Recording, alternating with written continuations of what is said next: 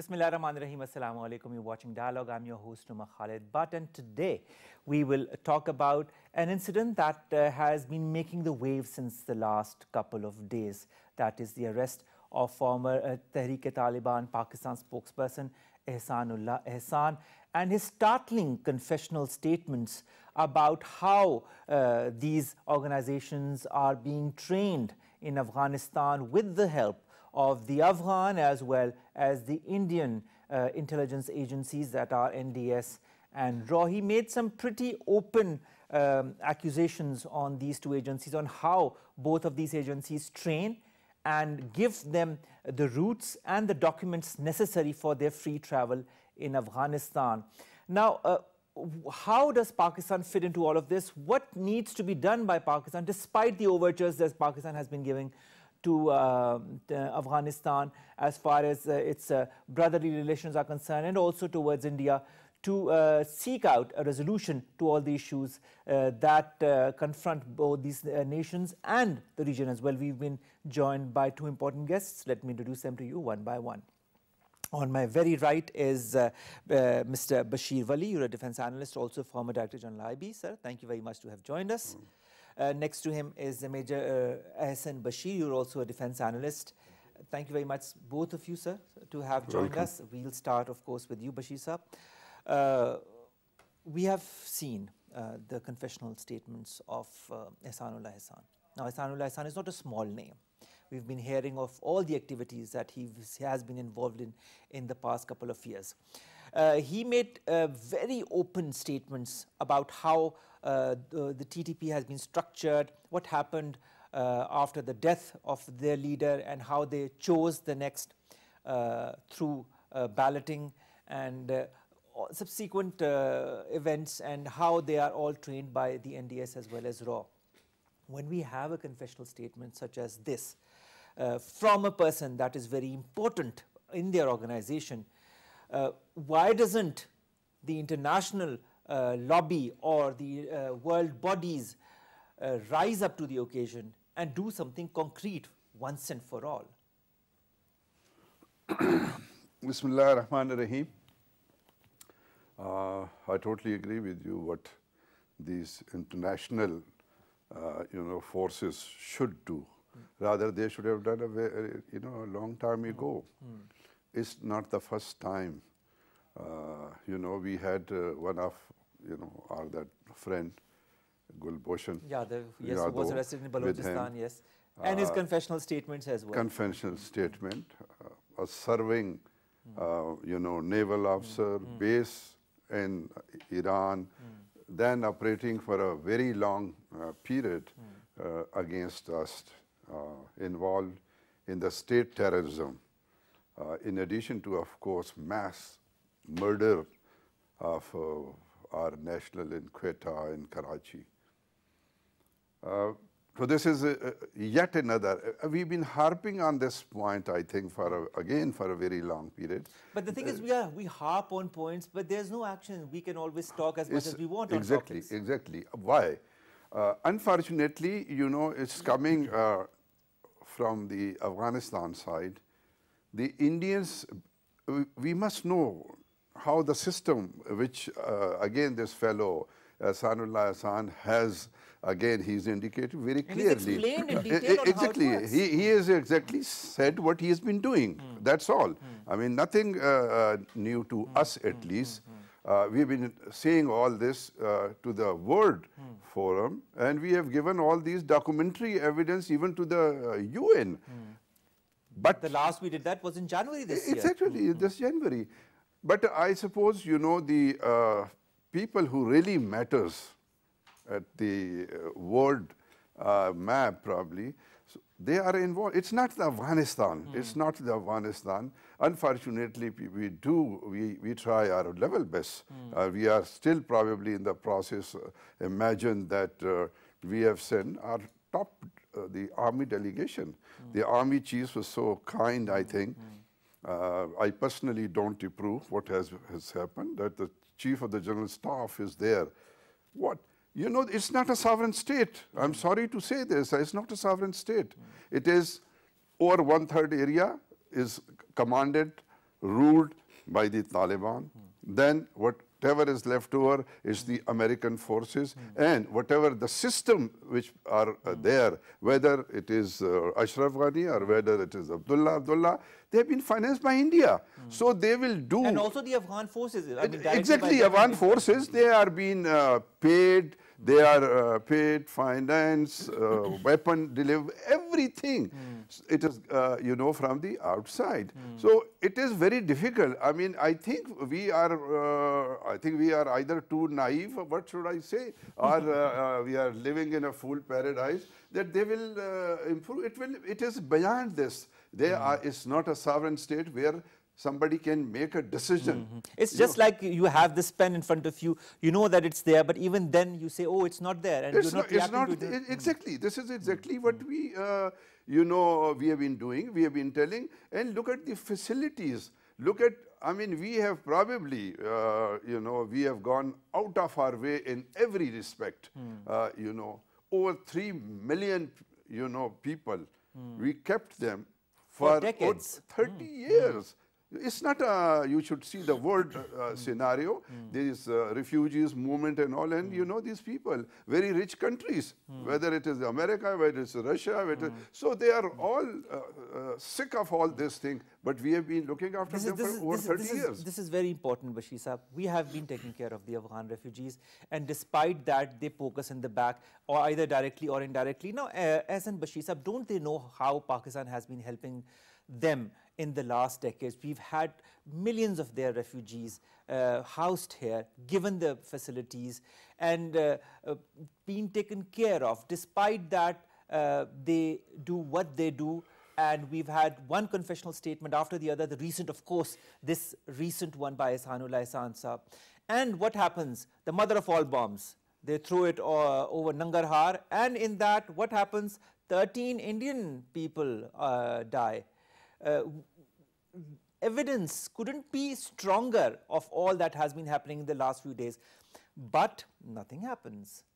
The United Nations, nothing happens. The US, all the big powers, Russia, they do not react. There's no statement emanating of what is happening, of all the people, the agencies that are behind. Do the world powers really want this to happen the way it's happening? Bismillah ar-Rahman ar-Rahim. Thank you very much. No, this is another very important dimension of the international warfare which you are mentioning too. Since the conventional warfare is no more there, and the options have all been lost in the conventional warfare, and especially a conventional warfare to the nuclear active arsenal presence in this region with India and Pakistan, and not only in India and Pakistan, but also with China and Russia also present in the same region, with their interest also vested, and with the change of the overall you know, scenario in this region, and the dimensions which has been changed, and the overall narrative which has changed from geopolitics, we have suddenly shifted to geoeconomics. So this makes it a very interesting state of affair in this region as to know how this region will be governed in times to come, how this region is going to be addressed, the problems in this region, how they are being addressed, where the ambitions of our neighbor, a very nasty neighbor sitting there, wants to grow into a superpower, and doesn't want to see another superpower in the same area also for that matter. So American interest coming in, trying to control Chinese on the one end, and trying to be you know, pulling India away from China, trying to pull it away basically from Russia, and that is how they want to be interested in India. I think they are not interested more than that in India, of course. But having said all this, this all makes it very interesting. Doesn't it look like that? That this game warfare is not that simple, as to which we are looking at whatever is happening by confessional statements of Ehsan coming in, getting hold of Gulbashan Jadhav from Baluchistan, working somewhere in Chabahar, for that matter, getting Iran involved to some extent in us, pushing us a little head-on collusion with Iran, for that matter, trying to make situations very complex.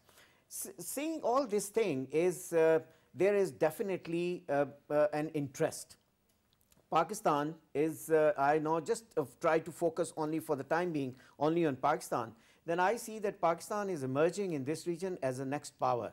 And why this next power? I say CPEC for one. Exactly, that is what I say, because the overall narrative of the world once has changed from geopolitics to geoeconomics. Yes. So Pakistan has suddenly taken an edge over everything else. And Pakistan intelligentsia has played very well in this, not only internally but externally also.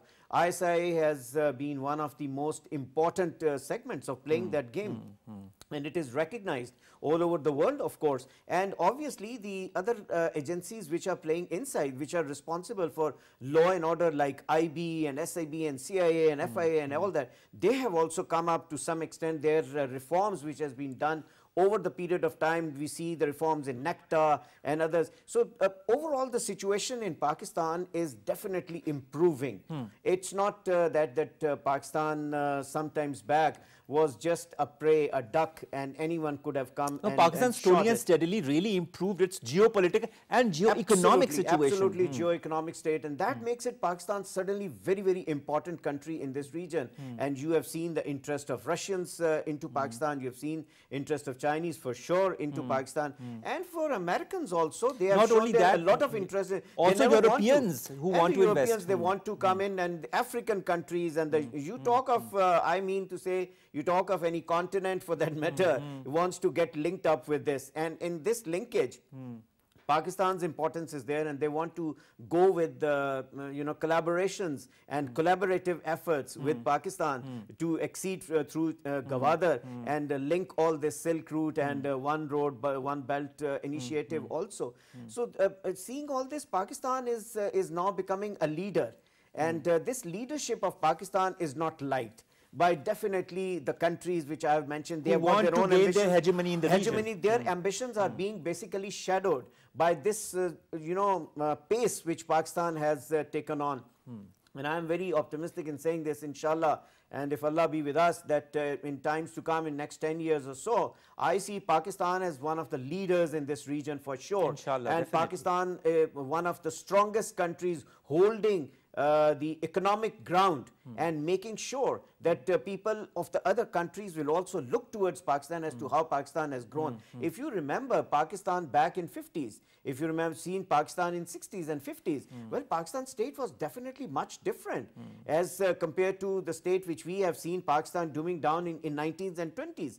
And now that same is coming back, where the nation also has to have confidence in itself.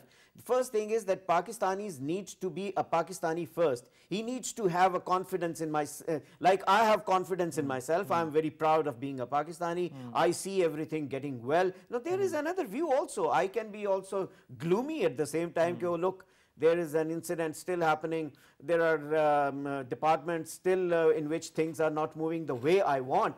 But over a period of time, there is another view also. I must look into that as well. That yes, there has been problems, but now they have been compromised. Those problems are getting over, and we are heading fast towards the right direction. People don't want that to happen. That is the problem. They do not want this country to progress the way it is progressing. The initiatives that it is taking. Absolutely, and that is the reason that we have shown that we are capable enough to take the control on that account also. And this is one of the two very important incidents which has happened, like Gulbashan Yadav caught, and this Ehsan's confessional statements which is coming in and giving away everything as to what all is happening in Afghanistan, how Afghanistan soil is being used against us. So it's all there. So interest of the international leaders in that way, like America also knows about it, and America definitely doesn't want to lose India on one end. America doesn't want to lose hold in Afghanistan, doesn't want to lose Pakistan as well. So no, it's very difficult for Americans also as to how will they ultimately the thing is, Ehsan Bashir Saab, one has to take sides on what is for the betterment of the region and also for the geo-economic state of that country. Bashir Wali Saab, recently also a high-level delegation of our army visited Afghanistan that was headed by the Chief of the General Staff, Bilal Akbar Saab. You know the incident that happened in Mazar-e-Sharif. That was also claimed by these organizations. Doesn't Afghanistan understand that on one end they are playing them against us, and on the other hand they themselves are the victims? Don't they understand what goes in their favor and what does not? As I said initially, they understand what is happening. But unfortunately, I would say that they can't do anything. You know, the simple reason that... About it occupies the majority, or is there something else? No, it's not it's the system, you know, unfortunately, that I've used, although, you know, they are our neighbor, at least I don't consider them as good neighbors, because it's over 30 years and I've seen, you know, I've gone through those right but from... But Bashir Sahab, we have brotherly relations that span centuries. Exactly, this is exactly, and we all the time, it is only those relations, those centuries old relation, and of course, you know, most of our area, if you look at the border, right from Chitral down to Quetta, you know, most of the tribes, half the tribe, my own tribe, you know, half is on this side, half is on that side. We speak mostly, you know, at least the two provinces, that is the, you know, KPK and Balochistan, they speak the same language. And more so, we are there in the binding, the strong bindings is the religion. You know, we are, you know, as a Muslim. And we consider, and we should be proud, as my friend has said, a lot of, you know, he's given the positive indicators. I'm really glad that each one of us should be proud of our country. Of where the country is heading right now. Yes, the way we are. It's so many. The only state, look at, it's not only, okay, from the geopolitical side, we have gone to the geo-economic side. But that is a global trend. That's a global change. Exactly. And then if you look at it, as I said, you know, the basic binding between Afghanistan and us is the religion is one of the strongest.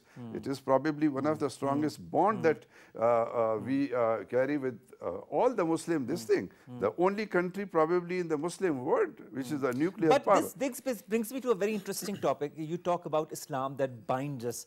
But Ehsanullah Ehsan, in his confessional statement, also says that the TTP and the Jamaatul Ahrar twist Islam to suit their own. It's very easy to twist a religion to, mastermind things like Mazar-e-Sharif or other incidents that happened in Peshawar, the school incident, the APS incident, unfortunate incident that started the whole National Action Plan. Incidents like these are done by people, sir, who are brainwashed by giving them a version of Islam that is not Islam. I'm sorry, you know this, I think we are mixing up Islam. I'm not talking about the Islam what this chap, Islamullah, Ehsanullah Islam. No, but that was just a version of what I was trying to... Maulvi Fazlullah or somebody else. What a tiny, you know, majority, I would say, or minority, whatever you call it, they have been able to draw in their fold. They are the people, mostly, you know, these were the people who were in Pakistan and they were in the Afghan war with the Russians. Okay, the 1979 with the Soviet invasion, most of these people and even criminals at that time, the same countries, you know, which today call them traitors, we call them whatever they call them. Have used them in the past. They have used them in the past. The same Haqqani, if you open any channel in the US probably, you know, they would talk nothing but Haqqani. Who is the Haqqani? President Reagan was very pleased to receive him in White House. And, you know, the Gulbuddin Hekmatyar, he refused to even meet while being inside Washington, D.C. He refused to meet even Reagan. But at the same time, if you look at it, these are the people. So just Maulvi Fazlullah or few going there and whatever they are basically, you know, those are the people who, the Chechen came, the Uzbek came, all these people who were here, you know, they can't go. They were basically the criminals who came, they were used. They were used, now they have no place to go back. So those are the people who are in the fold of these people. So it is not the vast, look at the vast majority, as I said, you know, even in the province which is sharing border with them, the province which they speak the same language, and of course it's the religion bindings, which, okay, Ehsanullah, Ehsan or Fazlullah, I mean, if they twist the religion, that's yes, what I'm this is trying to just say. share this thing that if they are doing, and that if a group of criminals, you know, it is with them, they have gone on that side because they have no other space. We have, as far as Pakistan is concerned, the act of terrorism, you know,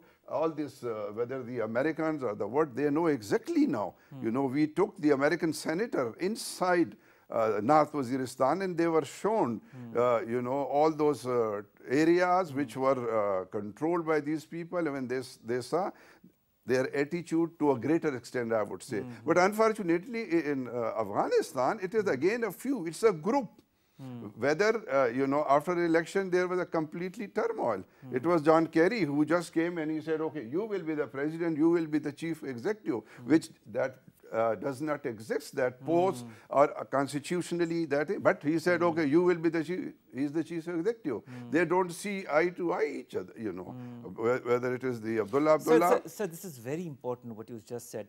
I'll come to Ehsan Bashir Saab. He's, as Bashir Wali Saab said, that it was in fact US that mediated and sort of control on who was to become the president, who was to become the chief executive. Now, does that mean that still that power over Afghanistan is held by the United States?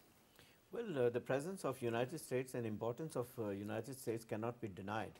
And the foothold which they took since the invasion, and obviously now they had withdrawn troops, and they had shown that their interest in Afghanistan is not to that extent, but their presence has never been fallen down, and they have never denied that they will ever abandon Afghanistan for that matter. They will always remain there because there's ambition for them to come in here, and they have to stay here in this region. So we must understand, and Pakistan has to live with that. The important thing is that what we are talking here is regarding the religion, and that religion aspect is again very, very important, and that is the basic fabric on which the creation of Pakistan all depended. And that basic fabric of the country, if is disturbed, that means the country is disturbed. And there, as I said, the options, all options of the conventional warfare are no more there. So these kind of warfares are there, and we are into this kind of a proxy war. Like espionage is one kind of proxy war. Involvement into the political circles is another kind of warfare in there, disturbing your basic fabric on which your creation depends on, stays on, and that's the pillars on which you are standing, disturbing those pillars and demolishing, trying to demolish you, or at least trying to take out one or making the whole building fall one day or other, expecting that to happen. But Alhamdulillah, Pakistan is a country which is capable enough to understand all these things, and Pakistan has been dealing very maturely, I would say, on all accounts. Pakistan's the thing you have seen recently that couple of times we have closed the Afghan border for trade.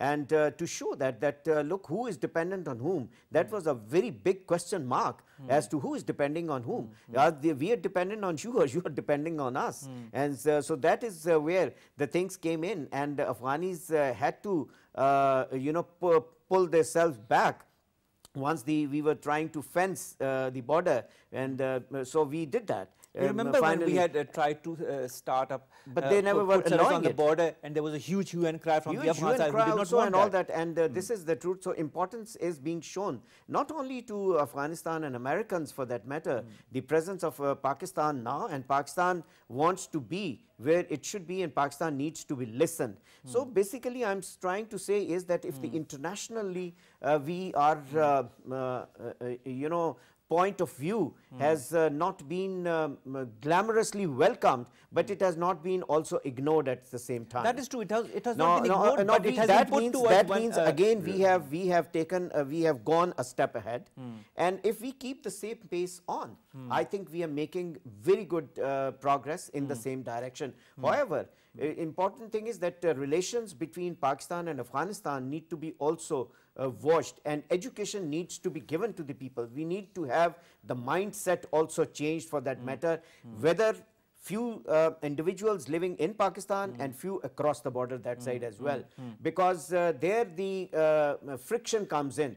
We need to educate ourselves that that friction is not going to help us or you either, it's going to help someone else. So let's not play into the hands, you also, we also. So we need to also, we can't be too stern in our actions also for that matter, but we can't also take the entire dictation also from that side as well. So there has to be a balanced approach for all that.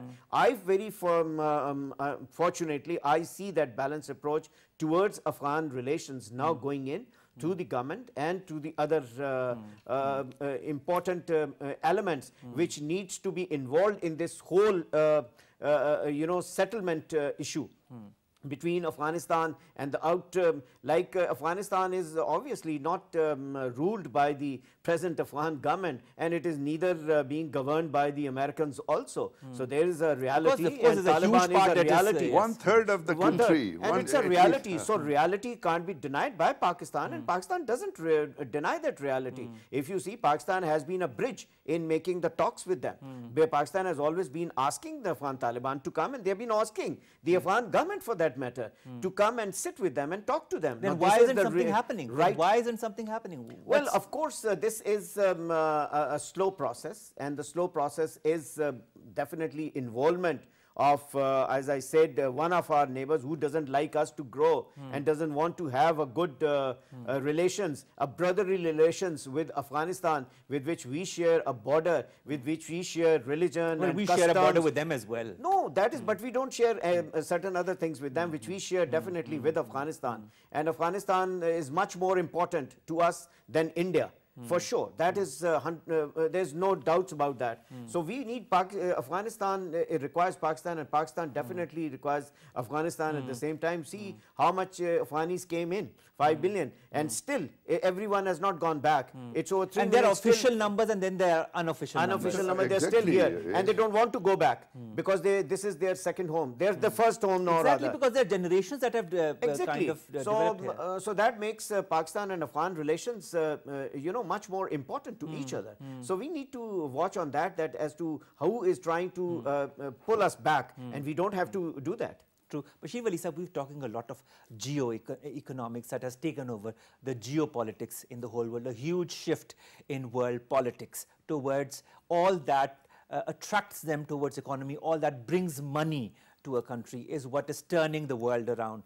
Now, these factions, like that of ehsan, the TTP, or the Jamaat-ul-Ahrar, that create havoc not only in Afghanistan but also in Pakistan, they are being funded somehow, or else they wouldn't work.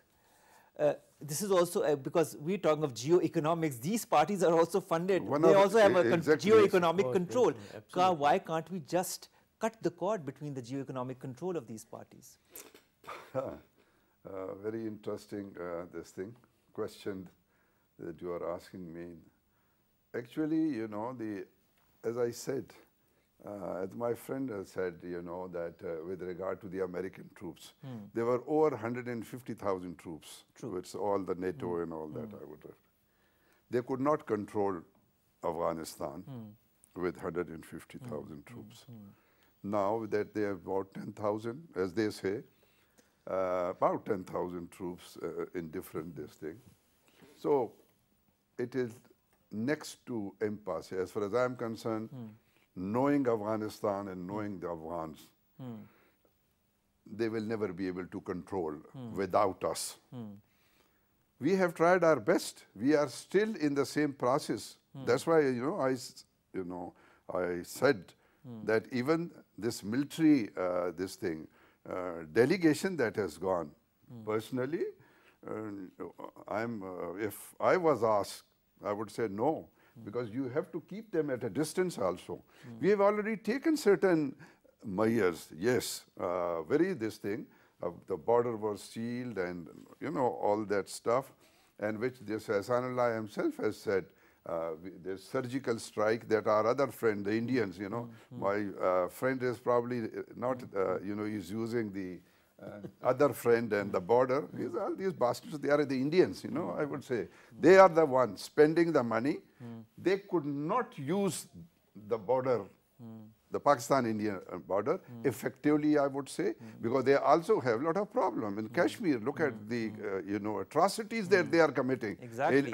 There. The whole new movement that has arisen after Burhan Wali's martyrdom. After that, it has started, and it is, I think every week you see there is another Burhan, coming up. And those people, so we hope and we pray, our sympathies and everything is with them, that it will, of course, matter one day. They want one thing which they call is the Azadi. So they have failed to use that border. So they're trying to use it? They are trying to use the other side. Now, the other side, you look at this chap, Abdullah. I've met a number, not number, dozens of Afghan. I think more than 24 Afghans, they are living in my quarters or whatever UK. We give them free. They are living there, having free electricity, gas and all. They are looking after my property, my house, my hujra and all that stuff. The people have gone. I've told them, I said, look, now we have decided that you people have to go. So you better go and find some. Nobody is willing to go. Very rightly my friend has said. And there were two brothers, let's say, living in my house. When they came back, I asked him. He said, look, he said, sir, I even don't understand the language that they speak. Because they speak Dari. This chap was born in Pakistan. All these things has happened, so the money is coming. With the result that you can see Abdullah every day. You switch on the television probably, and every day probably over 100,000 bucks suit that he wears. Look, is that the American, style that he has adopted? But even the American don't do that. Afghan is Afghan. Okay, this other chap is probably following this Afghan tradition on this account. So the money is coming, a lot of money is coming, and but that money is not enough even to pay their armed forces. It is even not, they can't pay all this if the Americans don't come into it. So the money is coming, that money factor is there, of course, they are using in this, but then there is no coordination even between them, because everybody is trying to draw the maximum advantage of that money. All right. The Northern Alliance, so we know that the American, they came through the Northern Alliance, they could never have gone from the south, because all these Taliban, where you call it, but they are all the tribes there, 28 provinces, Pashtun, predominantly Pashtun. So they could not have entered Afghanistan from the south. So the only thing was that they came from the north. But this is interesting. You see, Afghanistan has the northern region. Moment, this is what we see on television, Abdullah and the president. And we've got the large southern side, which is controlled by the 28 tribes, the Taliban. Why has there never been a conciliatory move by the north to bring the south together with them while governing Afghanistan? Because in the long run, this is what needs to happen if you want stability in Afghanistan. Well, and this is also going to prevent what's happening in other countries through proxies of the other country. Obviously, if in Afghanistan, the peace comes back in Afghanistan, the beneficiary is going to be Pakistan for that matter. There's no doubt also about that. Also Afghanistan, this is the primary beneficiary. Yep. And the thing is that India would never like to have that happen. And not only India, but the others also, if I've got some stakes in that like they have reduced the number of troops, Americans. But at the same time, they would also like to be recognized in there as a strong body presence in there. They have, though they lost, but then at the same time, they are not ready to accept that defeat, all right, that whatever they have done there. All right. So, so keeping this, these two things, they will always like to keep a drift between north and the south. But at the same time, what is interestingly happening is that the overall situation which is going to be dominated is going to be another political change, or the political system of reviving back their own leadership. So that will be very, very important if at all that comes in and that is done. and if that can happen. Now at that very time, it will be very clear and evident as to who is siding with whom, where from the money is coming in. The trail would be known absolutely, and everything will be very, very clear. So that all is still in shadow, and everything is going on behind the curtain. But the moment this curtain is lifted, then everyone is exposed, and then you would know the power as to where the power is and who dictates in times to come, whether they want Pakistan to be there in the driving seat or not. I think they would really need Pakistan to be in the driving seat in times to come. All right, Bashir Wali Sahib, you wanted to add something to that? Yes, you know, you said this north and south business, that why can't this happen? Well, it will be a sheer miracle, I would call it, if it happens. It will never happen. Afghanistan, if you look at the history, it has always, you know, it was again, you know, it's the Pashtun. 58% they were the Pashtun. I know whatever percentage is now left, but Afghanistan has always been ruled by Pashtuns, not the Northern Alliance and all that, those groups.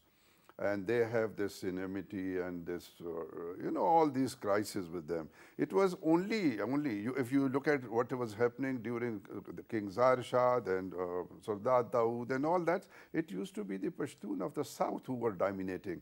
Northern Alliance was nowhere. It was only when they started with the Soviet, you know, when they started recruiting people from the northern side, because they knew the south we will not be able to control. So they started enrolling and sending the soldiers to Afghanistan, and this KGB and thing like that, it started. So this will remain there. Then you saw that it was this chap, you know, Ahmad Shah Massoud. When, you know, the Taliban government was toppled, then Ahmad Shah Massoud, etc., when they took over, it was a very short-lived affair. And so we have seen those things. They are in a way, it's at that time with that 58%, so they were 17%, the whole, whether it was the Uzbek, Tajik, and all those people. It will never materialize that, but we have seen, if you look at the history, you know, what the Britain has been doing, their relation with the French with the German and things like. So they have come up in a EU shape somehow, which has again now topsy-turvy. For a certain period it was there, but now everybody is pulling his own, you know, in that direction. So it will be very, as I said, it will be a sheer miracle if it happens. All right. You know, but we hope when we have tried our best to do that thing happen. But unfortunately, it is the Indians, you know, time and again, I'm just, you know, on this. That is the Indian who was financing them, and it is in the, I mean, they think that, you know, they could not come from there, and they just so they'll try this side of the border. And they just want to do it. And so we have to at least you know, this should be, our policy should be, okay, it's very important to us, Afghanistan, but sorry, you know, it is not that we are living on their, this thing. And they need more support, more help from us. It's the landlord country, and the support cannot come. You know, that's important. Afghanistan needs our support. We've seen that. Also, you talked about when we closed the borders for various reasons. Of course, there was infiltration of terrorists as well. And the side that suffered was more the Afghan side than the Pakistani side, because all the transfer of goods takes place through Pakistan. Now, doesn't Afghanistan understand that still we see more and more evidence of the RAW and NDS nexus coming out in the open through confessional statements of all these people that are important to these factors, as well as also internationally. I mean, these are not a small layman who's talking about how the RAW and the NDS are working against the interests of Pakistan. How come then countries like Afghanistan do not understand? Well, Afghanistan, I would say that the ruling government in Afghanistan, for that matter, at this point of time, definitely understands, but they don't want to accept it. And turning a blind eye, basically. Yeah, they're trying to, yeah, of course, how good the evidence is there. On ground, everything is and everything speaks, volume of that. It speaks against their, what is happening. And the involvement of RAW, involvement of NDS, using the Afghan soil against the nefarious activities inside Pakistan, destabilizing Pakistan. The overall, this situation is you know, everyone does understand.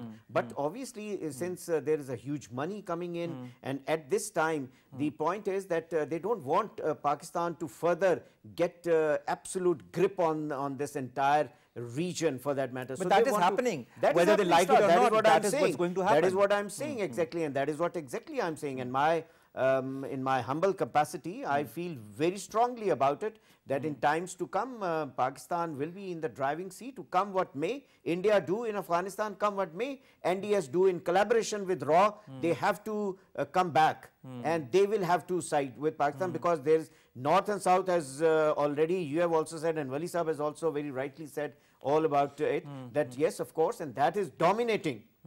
The South would dominate, and Pakistan enjoys... Can play a crucial role. And Pakistan definitely enjoys certain very gripping kind of relations with Afghanistan. True. So it's more important to us rather than India. India's involvement is only for one reason: destabilize Pakistan, One keep way or the Pakistan other. one way or the other. That And is that their is all. exactly. Yes, you wanted to add something You know, to that. another factor which will force the Northern Alliance, to my mind, will be this process of these refugees, although they don't want to go. You know, last year in 2016, I was reading somewhere, it was only about 600,000 people who have gone so far. But I'm sure more than 1/3 must have come back also. So once these people go there, you know, they are over about 3 to 4 million. The registered one that we know, I don't know how. It's not a minority. It's not a minority, exactly. These people, as I told you, they don't want to go. Those even who have crossed over, those who have gone, they are living in and around Jalalabad, in and around Kabul. They don't want to go to their own areas to which they belong because of the, you know, lot of the crisis situation. At the moment, we have seen it is only 600,000 people who have crossed. The moment these 3 to 4 million people, and we have to send them back. Again, you know, I saw somewhere that the UNHCR, you know, the fellow who is here in Pakistan, that it's the sort of a voluntary, I'm sorry, it's not voluntary. At the moment, it is voluntary. Right. But once the time is up, we have given certain time limit, then we should be firm on that thing. And hopefully, by then we will be able to, you know, the control, the border management that we keep talking when there are these more than 400, you know, these fort and all that system that we are going now for. So once that is done, then we'll be able to, we have to then push them. If they, I mean, we have given them at times this in framework. If they don't go, once these people are there, they have nothing to eat, believe me. This what the hundreds of people who have gone and have come back, they have nothing. So they will be the one, then they will be forcing, because the system, all this, whether it's the army part or whether it's the government, the ruling, whether it is, they are, you know, they're all Abdullah and all that stuff which is there. Now they are the ruling this thing because of the presence of the American or the money, the Indian money and all that. So once these people are, everybody is there, then they will demand. And they demand what their right is. They are in majority. So once the majority come into power, probably, then we will be, it is witnessing a change in the definitely. attitude of Afghanistan you know, towards they will Pakistan. be forced to. They will be forced to, and otherwise these people will be thrown by their own people.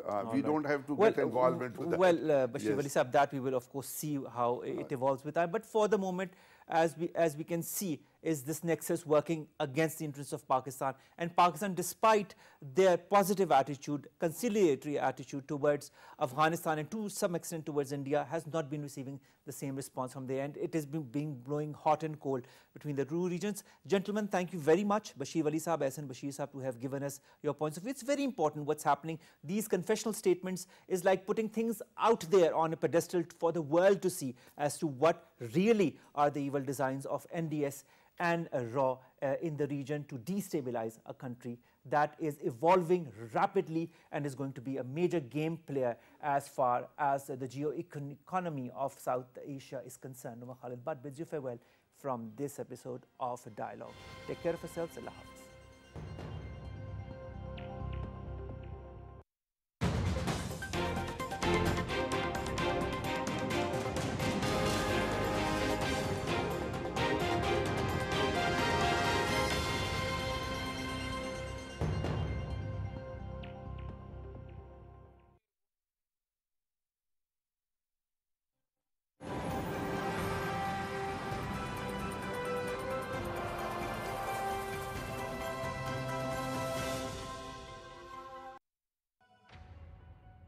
earned the respect of society because she taught me the meaning of respect.